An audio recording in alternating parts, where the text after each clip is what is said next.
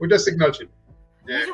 আমিও কিন্তু এরকম অভিযোগ শুনেছি যে এই পুরো বিষয়টির সঙ্গে আওয়ামী লীগের একটি বড় অংশ খুবই ওতপ্রোতভাবে জড়িত।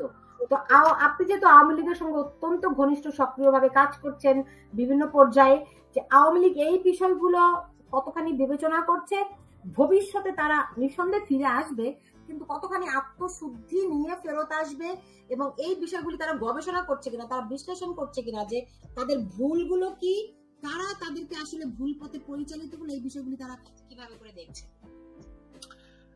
অনেক ধন্যবাদ। এটা এমন একটা সেন্সিটিভ কোশ্চেন, বিশেষ করে আমার জন্য।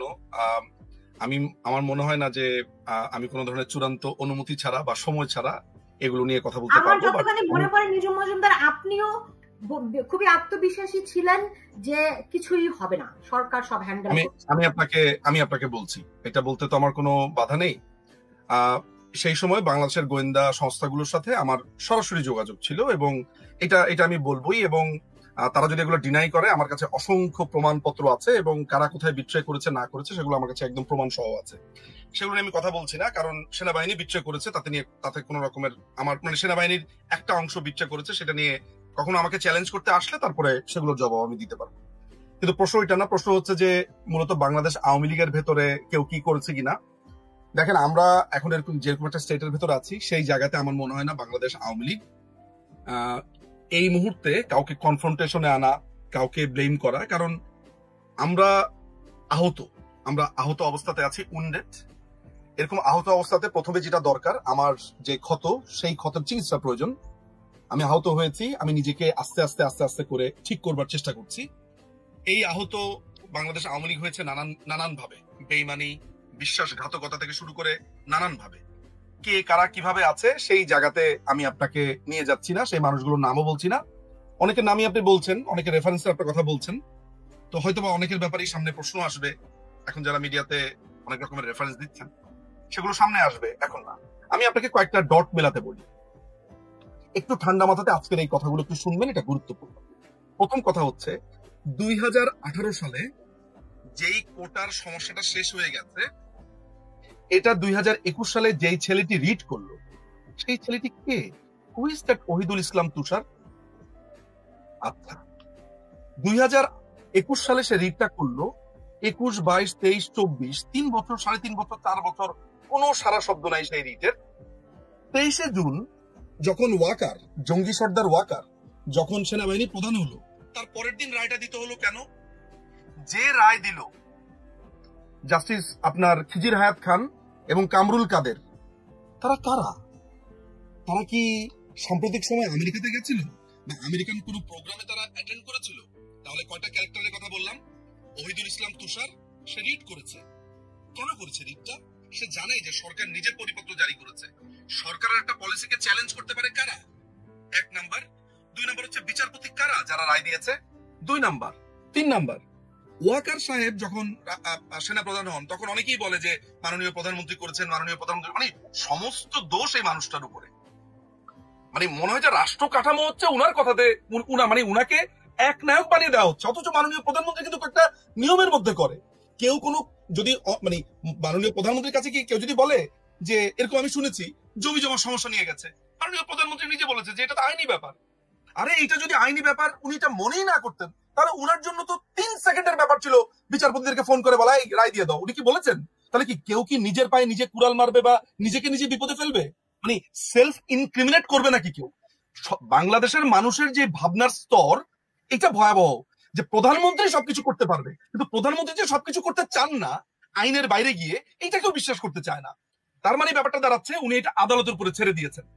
উনি যদি আদালতের উপরে ছেড়ে না দিয়ে উনি যদি প্রভাব খাটাতেন, তাহলে একটা প্রমাণ এর মধ্যে একটু দিয়ে রাখা ভালো। 1999-এ উনি ভারত থেকে ফিরে একটা সংবাদ সম্মেলনে বলেছেন, ভারতের একটা সফরের পরে উনি সংবাদ সম্মেলনে বলেছিলেন যে এত জামিন হচ্ছে হাইকোর্টে যে ধরে ধরে সবাইকে জামিন দিয়ে দিচ্ছে। আপনি জানেন যে এটার জন্য তার নামে আদালত অবমাননার রুল জারি হয়েছিল। এবং একটা যে প্রপাগান্ডা আপনি প্রায় শুনতে পান যে মাননীয় প্রধানমন্ত্রীকে রং হেডেড বলা হয়েছে, এবং বাংলাদেশের মানুষ মনে করে রং হেডেড মানে পাগল, মানে কারণ তার ধারণাই নাই রং হেডেড শব্দটার মানে কি। ওই প্রপাগান্ডাটাও কিন্তু ওই সময়। আমি এই প্রসঙ্গটা কেন আনলাম, তার মানে মাননীয় প্রধানমন্ত্রী থাকা অবস্থাতে তার বিরুদ্ধে কন্টেম্পট অফ কোর্টের কিন্তু অভিযোগ দায়ের করেছে। তার মানে কি, উনি যদি প্রভাব খাটাতেন তাহলে ওই লোক কোনোদিন এই পিটিশনটা দায়ের করতে পারতো?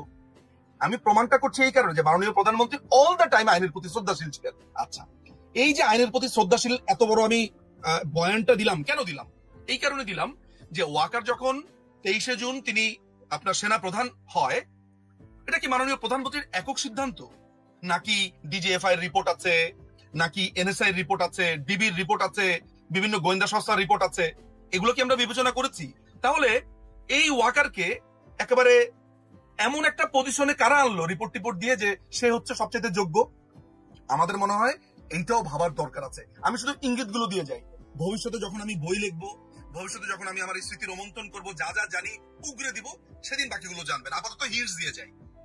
আচ্ছা, ফলে মাননীয় প্রধানমন্ত্রীর উপরে দায় চাপানোর কোনো কারণ নেই। একটা কি দায় চাপানো হয়? উনার হচ্ছে কি উনার কাজিনের হাজবেন্ড। মানে এটা তো খুবই সহজ। আপনি আমাকে একটা ঘুষি দিবেন, ঘুষি দেওয়ার জন্য আপনাকে একটা পয়েন্ট লাগবে না? এই নিজুম ভাইয়ের মতো দেখতে ওই লোকটা, তার মানে ওর কাজিন মনে হয়, দিয়ে একটা ঘুষি। ব্যাপারটা ওইরকম। আসলে ব্যাপারটা ওইরকম না। এখন আপনাকে তাহলে কি কি বললাম, কারা রিড করলো, সেই ওহিদুল আলম তুষার কে, তার ব্যাংক অ্যাকাউন্ট কি চেক করা হয়েছে, সে কেন রিড করা হলো, 3 বছর পরে এই রিডটা ঠিক 24শে জুন কেন আদালতে উঠলো, এটা কি আমরা চেক করেছি? এই কামরুল কাদের, খিজির হায়াত, এই হাইকোর্টের 2 বিচারপতি কারা, এদের আমেরিকান কানেকশন কি আছে, আমরা কি সেটা দেখেছি? আচ্ছা, এগুলো গেল একটা। এরপর আমি আপনাকে আরেকটা, এইটার সাথে সাথে আমি আপনাকে আরেকটা ছবি দেখাই। ধরা যাক সুলতান আপা, আমি আপনাকে একটা অ্যাটাক করব, নিজুম মজুমদার, আমি আপনাকে এখন অ্যাটাক করব, আপনি এখন স্টুডিওতে আছেন নিউ ইয়র্কে, কিন্তু কেউ যাতে কোনোভাবে না বোঝে অ্যাটাকটা আমি করেছি। আমি আরিফ জেবতিক ভাইকে করলাম কি, রাস্তার মোড়ে রাখলাম একটা অস্ত্র নিয়ে, তার সাথে আরো 4টা টিম রাখলাম। এখন আমি আপনার সাথে এমন একটা আচরণ করলাম, এমন একটা পরিস্থিতি তৈরি করলাম, আপনি ঘুরে ঘুরে আরিফ জেবতিক ভাইয়ের ওই লেনে গিয়েই দাঁড়ালেন। আরিফ জেবতিক ভাই আরো 4জন লোককে ঠিক করেছে, আবার বাম দিকে ঘুরে ওই লেনেই গেলেন। তার মানে আমি একটা ক্ষেত্র তৈরি করেছি এই সেনাবাহিনী এই লাইনে নিয়ে আসার জন্য। কারণ আওয়ামী লীগের অনেক সিনিয়র লিডাররা, নাম বলবো না, নাম বললে এখনো নাম বলার সময় আসেনি, সিনিয়র লিডাররা আপনার রাস্তাতে আওয়ামী লীগের নেতা কর্মীদেরকে নামাতে চেয়েছিল। কেন? সমাবেশের জন্য, মিছিলের জন্য। কারা এইখানে বাধা দিয়েছিল? আমাকে সেই নামগুলো জানতে হবে। আপনাকে এইটাও জানতে হবে যে আমরা সেনাবাহিনীকে কেন, যখন বিএনপি আন্দোলন করলো ইলেকশনের আগে, তখন ওরা যখন একটা সমাবেশের ডাক দেয়, আমরাও তো একটা সমাবেশের ডাক দিই। মানুষজন বললো না যে আমরা বিএনপিকে নকল করি, এই করি? কেন সেই স্ট্র্যাটেজিটা নেওয়া ছিল জানেন? যাতে তারা বসে যেতে না পারে। এটাই তো ছিল আমাদের ব্যাপারটা। তাহলে একই স্ট্র্যাটেজি কেন আমরা ওই 5ই অগস্টের আগে নিতে পারলাম না? কারণ 21 তারিখের মধ্যে ওই বৈষম্য বিরোধী ওরা নিশ্চিত হয়ে গিয়েছিল যে দে ফেইল্ড। এই 21 থেকে 30 তারিখ পর্যন্ত কি হয়েছিল? এই সময়টাতে ঠিক কোন কোন লোক, দরবেশ বলেন আর ফকির সন্ন্যাসী বলেন, কারা আমাদেরকে নামতে দিল না রাস্তায়? কাদের পরে দাড়ি কেটে ফেলতে হলো? কারা আমেরিকান এমবিসিতে 5 তারিখের পর পর আশ্রয় নিল? আমেরিকান এমবিসি কাদেরকে ধরে আবার ডিজিএফআই এর কাছে দিল? ডিজিএফআই আবার কাদেরকে ট্রলারে উঠিয়ে দিল? সব নাম আসবে, সবকিছু আসবে, আমরা সব জানি, আমাদের সব জানা হয়েছে খন্দকার মোশতাক কে।